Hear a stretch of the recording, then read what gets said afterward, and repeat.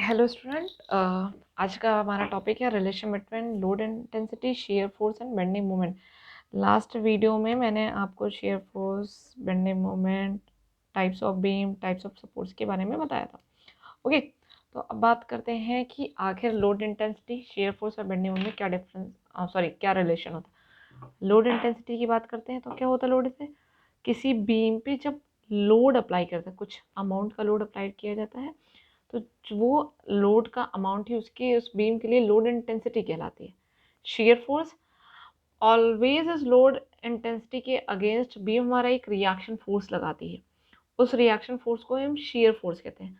Share नाम इसलिए पड़ा क्योंकि फॉर एग्जांपल अगर हमने कहा कि हमारे पास कोई एक बीम है, उस बीम पे हमने कहा किसी सपोर्ट पे रुकी होगी, तो दो सपोर्ट्स हमने लगा दिए। हमने कहा ये हमने एक लोड लगाया, क्लियर। ये लोड ऊपर से नीचे लग रहा है, ये लोड नीचे से ऊपर लग रहा है। तो ऑलवेज ये जो लोड होगा, ये लोड अगर हमने कहा फॉर एग्जांपल ये हमारे पास बीम है, इस बीम पे हमने इस पे एक पॉइंट लोड लगाया, तो ये जो लोड रहेगा वो लोड इस बीम को इस पर्टिकुलर पॉइंट से काटने की कोशिश करेगा, क्योंकि वो लोड ऊपर से नीचे आ रहा है। तो इसी लोड के अगेंस्ट में, इसी लोड के अगेंस्ट में एक रेजिस्टेंस डेवलप होगा जो अपवर्ड डायरेक्शन में लगता है, बीमा रिएक्शन फोर्स कहलाता है। तो ये बीम को काटने की कोशिश कर रही है, शेयर करने की कोशिश कर रही है, इसलिए इस रिएक्शन फोर्स का नाम पड़ा शेयर फोर्स। और उसके बाद लोड इंटेंसिटी और शेयर फोर्स की वजह से जो मूवमेंट जनरेट होता है वो हमारा बेंडिंग मोमेंट कहलाता है। ओके, आज हम रिलेशन के बारे में पढ़ते हैं। हमने कहा मान लिया हमारे पास कोई एक बीम है, लिखा है मैंने consider a beam subjected to any transverse load. हमने कहा कोई एक बीम है, बीम पे हमारे ट्रांसवर्स लोड लग रहे हैं। ये जो ट्रांसवर्स लोड लग रहे हैं वो नॉन डिस्ट्रीब्यूटेड है, नॉट इक्वली डिस्ट्रीब्यूटेड है, मतलब हर पॉइंट पे जो इनका डिस्ट्रीब्यूशन है वो अनइवन सा है। क्लियर। ट्रांसवर्स लोड क्यों बोला हमने आपको, जब मैंने बीम के बारे में बताया था तो बताया था कि जो बीम पे लोड लगते हैं वो ऑलवेज लॉन्गिट्यूडनल एक्सिस के, ये लॉन्गिट्यूडनल एक्सिस होती है, इसके परपेंडिकुलर लगते हैं। इस परपेंडिकुलर लोड को ही हम ट्रांसवर्स लोड बोलते हैं। क्लियर। हमने कहा इस पूरी बीम पे हमारे ट्रांसवर्स लोड एक्ट कर रहे हैं। अब पूरी बीम पर तो डिस्कस नहीं कर सकते, तो हमने एक छोटा सा सेक्शन लिया, छोटा सेक्शन डीएक्स लिया, कहाँ से, लेफ्ट साइड से स्मॉल एक्स डिस्टेंस पे। अब बीम है तो दो सपोर्ट्स पे होगी, तो हमने मान लिया एक सपोर्ट आर ए है, एक सपोर्ट आर बी है। सॉरी, सपोर्ट हमारे ए एंड बी है, इस पे लगने वाले reaction force R A and R B है। क्लियर। वही चीज़ मैंने यहाँ लिखी है, टेकेगा small element of beam of length D X at distance X from left end. अब इसी जो स्मॉल सेक्शन है इसको मैंने बड़े में ले लिया। मैंने कहा ये जो एलिमेंट लिया मैंने बहुत स्मॉल एलिमेंट लिया है। क्लियर। जब आप किसी भी बीम पे स्मॉल एलिमेंट कट करने की कोशिश करते हो, छोटे एलिमेंट को लेने की कोशिश करते हो, तो जनरली वो हमारा एक रेक्टेंगल शेप का मिलता है। क्लियर। वो हमारा रेक्टेंगल शेप का उसकी हो गई हमारी क्या, डीएक्स। हमने कहा लोड हमारा अनइवन सा है, बट जब आप किसी स्मॉल सेक्शन पे बात करते हो तो उस स्मॉल सेक्शन पे आप अनइवन लोड नहीं कैलकुलेट कर पाते हो। आप यही मान के चलते हो कि डिस्टेंस बहुत कम है, बहुत छोटा एलिमेंट है, तो जो लोड भी लगा होगा वो इक्वली डिस्ट्रीब्यूटेड होगा हर पॉइंट पे। तो हमने इक्वली डिस्ट्रीब्यूटेड के बिहाफ पे हमने मान लिया कि इस पूरे डीएक्स सेक्शन पे जो लोड लगा है वो यूडीएल लगा है, और उस यूडीएल का लोड अमाउंट है small W kilonewton per metre. Clear. अब जस्ट डीएक्स सेक्शन की बात कर ली हमने, इसके स्टार्टिंग पॉइंट को नाम दे दिया डी, इसके इन पॉइंट को नाम दे दिया सी। हमने कहा अब अगर इस फेस, इस स्मॉल एलिमेंट की फर्स्ट फेस की लेफ्ट साइड फेस की बात करें तो इस पर एक शेयर फोर्स लगेगा against the action of other forces, external forces. उस रिएक्शन फोर्स की और शेयर फोर्स की वैल्यू हमने मान ली small F, sorry capital F. अब यही इसके नेक्स्ट फेस, राइट फेस की बात करते हैं, तो इस इन एलिमेंट के बीच में इतना हमारा लोड लग रहा है, एक्सटर्नल लोड लग रहा है, यूडीएल लग रहा है। तो इस यूडीएल के बिहाफ पे जो हमारा रिएक्शन फोर्स पड़ा हो, रिएक्शन फोर्स होगा, ऑब्वियस सी बात है इससे कुछ ज़्यादा लगा होगा, तभी तो इस लोड को रेजिस्ट कर पाएगा। अभी तक इस फेस पे हमारा सिर्फ कुछ लोड लग रहा है जिसके अगेंस्ट में हमारा capital F shear force generate हुआ, but small distance D X चले तो स्मॉल डिस्टेंस डी एक्स में हमारा ये लोड बढ़ गया, जिसकी वजह से जो शेयर फोर्स होगा वो भी अमाउंट बढ़ गया, और अमाउंट हो गया एफ प्लस डी एफ। अगर हमारा एलिमेंट इक्विलिब्रियम में है तो ऑब्वियस सी बात है ये दोनों फोर्स एक दूसरे के क्या होंगे, अपोजिट होंगे। हमने मान लिया कि ये शेयर फोर्स अपवर्ड डायरेक्शन में, ये शेयर फोर्स डाउनवर्ड डायरेक्शन में। इस एलिमेंट पे फोर्स लग रहे हैं, कुछ डिस्टेंस पे लग रहे हैं, तो ऑब्वियस सी बात है एक मूवमेंट होंगे। एक मूवमेंट हमारे लेफ्ट फेस के लिए होगा, एक मूवमेंट हमारे राइट फेस को होगा। हमने मान लिया लेफ्ट साइड फेस पे मूवमेंट है M, capital M, small distance D X travel किए तो हमारा मोमेंट बढ़ गया M plus D M. Distance बढ़ते हैं तो हमारा मोमेंट बढ़ गया। इक्विलिब्रियम में तो ऑब्वियस ही बात है, हमने मान लिया कि दोनों मोमेंट की डायरेक्शन अपोजिट है, एक की हमारी क्लॉकवाइज है, एक की एंटी क्लॉकवाइज। क्लियर, ये चीज़, यही सारी चीज़ें मैंने यहाँ पे लिखी है। अब यही अगर स्मॉल एलिमेंट की बात कर रहे हैं तो सबसे बेसिक जो स्टैटिक इक्वेशन हम लोगों ने पढ़ रखी है वो स्टैटिक इक्वेशन हमारी क्या है कि sigma Y is equal to sigma F Y is equal to 0। तो वही हमने यहाँ पे लिया है कि the element is subjected to shear force F on its left side and shear force F plus D F on its right side. ये चीज़ें मैंने यहाँ पे लिख रखी हैं। अब इसी के बिहाफ पे हम ओके, सॉरी फॉर इनकन्वीनियंस। अब हमने क्या किया, इसी की बात कर रहे हैं तो ये हमारा जो स्मॉल एलिमेंट है इस पे ये बेसिक स्टैटिक इक्वेशन हम लोगों ने पढ़ रखी है कि summation of all the vertical forces is equal to 0। Means upward forces is equal to downward forces, या फिर आप बोल सकते हैं summation of all vertical forces is equal to 0। अगर इसे स्मॉल एलिमेंट पे वर्टिकल फोर्सेस की बात करें तो कौन सा लग रहा है, एक फोर्स कैपिटल एफ लग रहा है, एक force small W Newton per metre, एक फोर्स हमारा एफ प्लस डी एफ।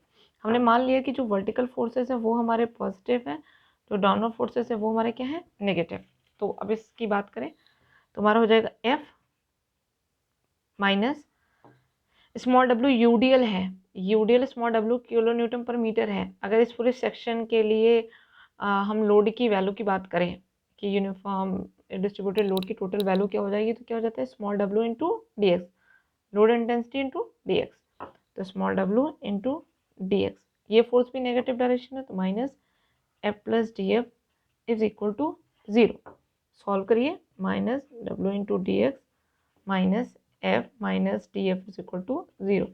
ये cancel, what we get D F upon D X is equal to minus W. क्या बोल सकते हैं हम लोग, बोल सकते हैं rate of change of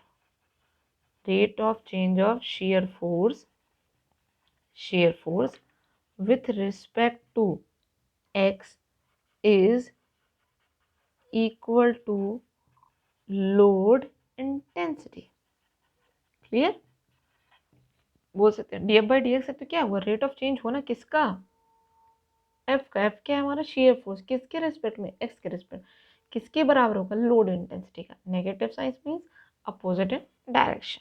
clear, अब ये तो हमारा एक रिलेशन मिल गया किसके बीच में, शेयर फोर्स और लोड इंटेंसिटी के लिए। ये हमारा हो गया shear force and load intensity relation, load intensity relation. Clear, अब बात करते हैं हम bending moment and shear force के बीच की। हमने कभी इसी की बात करते हैं।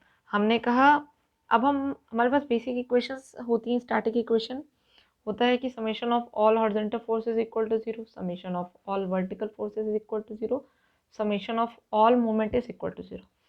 इस पूरे एलिमेंट पे हॉरिजॉन्टल फोर्स है नहीं तो वो इक्वेशन हम अप्लाई नहीं किए, वर्टिकल फोर्सेस की इक्वेशन हम अप्लाई कर चुके। अब बचा हमारे पास summation of moment is equal to 0 की इक्वेशन।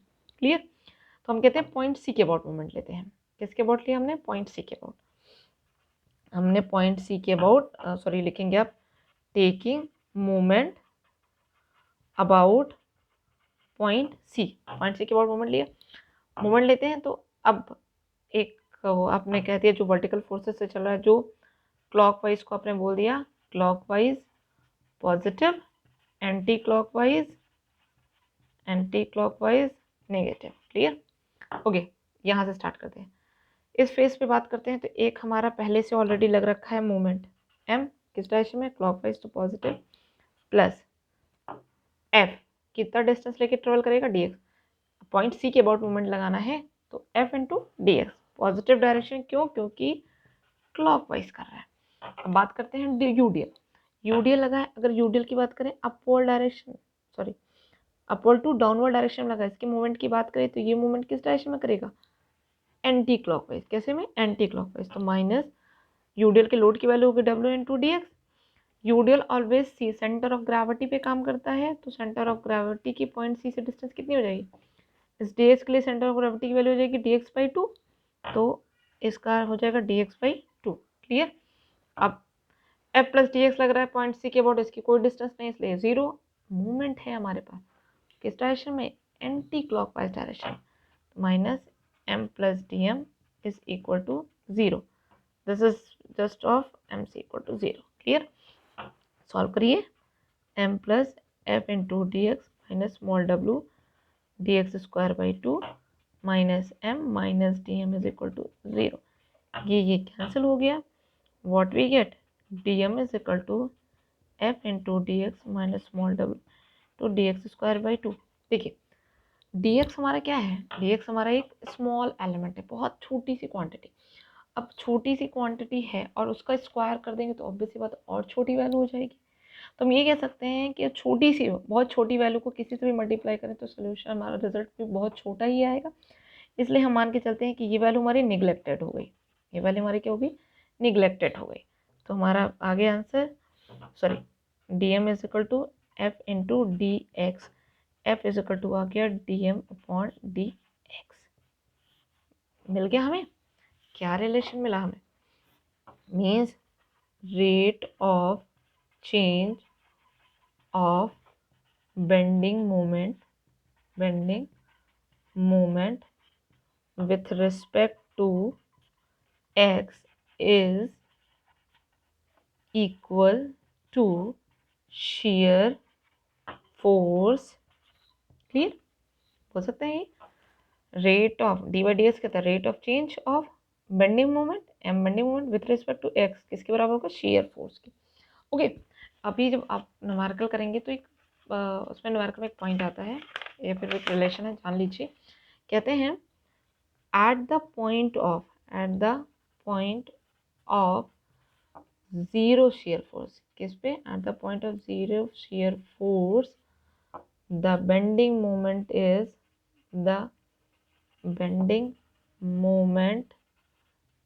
Is zero.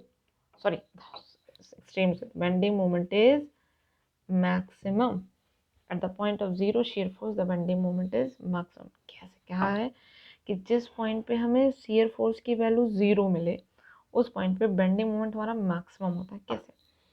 अभी हमने पढ़ा dm by dx is equal to f. Okay. आप लोगों ने मैथमेटिक्स से बहुत पहले पढ़ा होगा कि d2y by dx स्क्वायर की वैल्यू अगर नेगेटिव आती है तो मतलब वो हमारा मैक्सिमम की कंडीशन देता है. किसकी देता है? मैक्सिमम की कंडीशन देता है. क्लियर? अब यही फॉलो यहाँ करते हैं हम. अगेन इसको डिफ्रेंशिएट करें तो d2 by dx square is equal to क्या आ जाएगा? df by dx. क्लियर? अभी हमने पढ़ रखा है df by dx किसके इक्वल है? माइनस डब्लू के. This is equal to what? Minus W. Negative value कैसे वैल्यू है? नेगेटिव वैल्यू है मतलब वही फॉर्मूला है d2y by dx equal to minus मतलब माइनस में वैल्यू तो वही वैल्यू है. यानी d2m by dx स्क्वायर क्या रहा है? नेगेटिव. यानी हमें मैक्सिमम वैल्यू मिलेगी. कब मिलेगी? मैक्सिमम मिलेगी. कब? जब dm by dx is equal to क्या हो जाए? 0. dm by dx is equal to क्या हो जाए? 0. और ये 0 कब होगा? व्हेन f मतलब shear force is equal to 0. तो हम कहते हैं कि अगर शेयर फोर्स की वैल्यू 0 है तो वहाँ पे बेंडिंग मोमेंट जो होगा वो हमारा मैक्सिमम शो करेगा. बेंडिंग मोमेंट हमारा मैक्सिमम होगा.